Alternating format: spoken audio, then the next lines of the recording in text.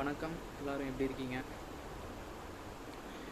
இன்று நான் உங்களுக்கு வல்லமையான தேவ வார்த்தையை கொடுக்க வந்திருக்கிறேன்.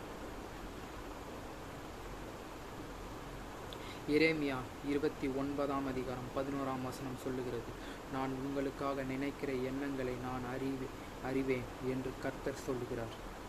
அவை தீங்கிற்கல்ல, சமாதானத்திற்கான எண்ணங்கள், உங்களுக்கு எதிர்காலமும் நம்பிக்கையும் கொடுக்கிற எண்ணங்கள். ஆமென். இந்த வசனத்தின் ஆழமான அர்த்தத்தை இப்பொழுது நான் உங்களுக்கு பிரசங்கிக்கிறேன். இந்த வசனம் ஒரு சாதாரண ஆறுதல் வார்த்தை அல்ல. இது தேவன் உங்கள் வாழ்க்கையின் முழு கட்டுப்பாட்டை வைத்திருக்கிறார் என்பதற்கான உறுதி.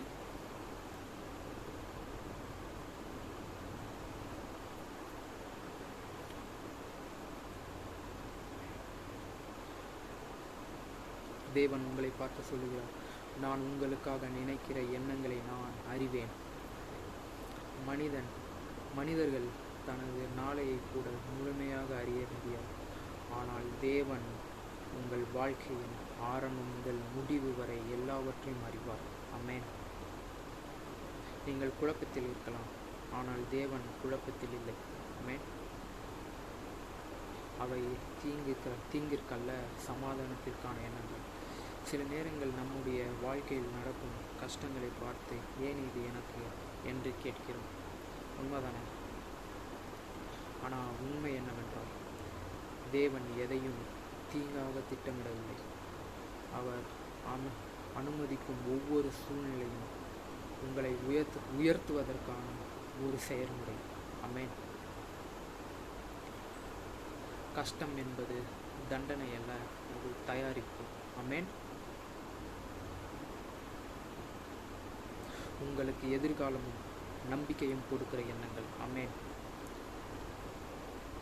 இன்று உங்கள் நிலைமை எப்படி இருந்தாலும் சரி, தேவன் உங்கள் நாளையை நம்பிக்கையுடன் நிரப்ப விரும்புகிறார். ஆமென்.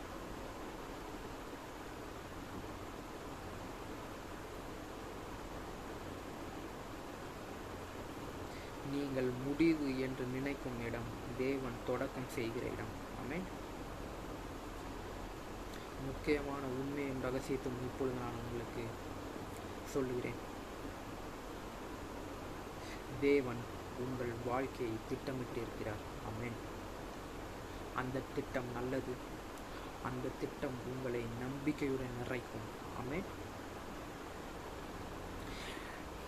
கடைசியாக வல்லமையான ஒரு செய்தியை நான் தருகிறேன். நீங்கள் பார்க்கிற சூழ்நிலை உண்மை அல்ல, தேவன் வைத்திருக்கிற திட்டம்தான் உண்மை. ஆமென். இன்று வலி இருந்தாலும் நாளை வெற்றி உறுதி. நீங்கள் குழப்பத்துடன் ஏன் இது நடந்தது, ஏன் அப்படி நடந்தது, ஏன் இப்படி நடந்தது என்று குழப்பத்துடன் இருக்கலாம். ஆனால் தேவன் அதற்கு பின்பதாக வேலை செய்து கொண்டிருக்கிறார். அவர் வேலை செய்து கொண்டிருக்கிறார். உங்கள் வாழ்க்கை வளமாக வைத்திருக்கிறார். உங்கள் எதிர்காலம் வளமானதாக இருக்கும். உங்கள் எதிர்காலம் செழிப்பானதாக இருக்கும். உங்கள் எதிர்காலம் உயர்ந்த இடத்தில் இருக்கும். இப்பொழுது நான் உங்களுக்காக ஜெபிக்கிறேன். என் பரலோகத்தின் தேவனாகிய கர்த்தாவே, தகப்பனே, சுவாமி இயேசப்பா, இந்த வீடியோவை பார்த்து கொண்டிருக்க ஒவ்வொருவர்களுக்காகவும் நான் ஜெபிக்கிறேன். சுவாமி இயேசப்பா, என் தேவனாகிய கர்த்தர் இந்த வீடியோவை பார்க்க ஒவ்வொருவரையும் தொட்டு அவர்கள் வாழ்க்கையை வளமாக மாற்றுவீராக. அவர்கள் செழிக்கும்படி செய்வீராக.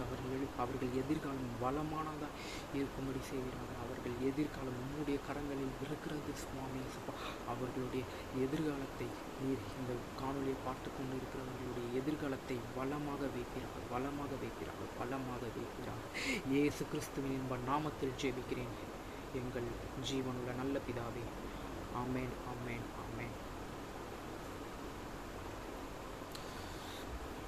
நிச்சயமாக இந்த காணொலிக்கு பிறகு உங்களுக்கு கண்டிப்பாக அற்புதம் நடக்கும்.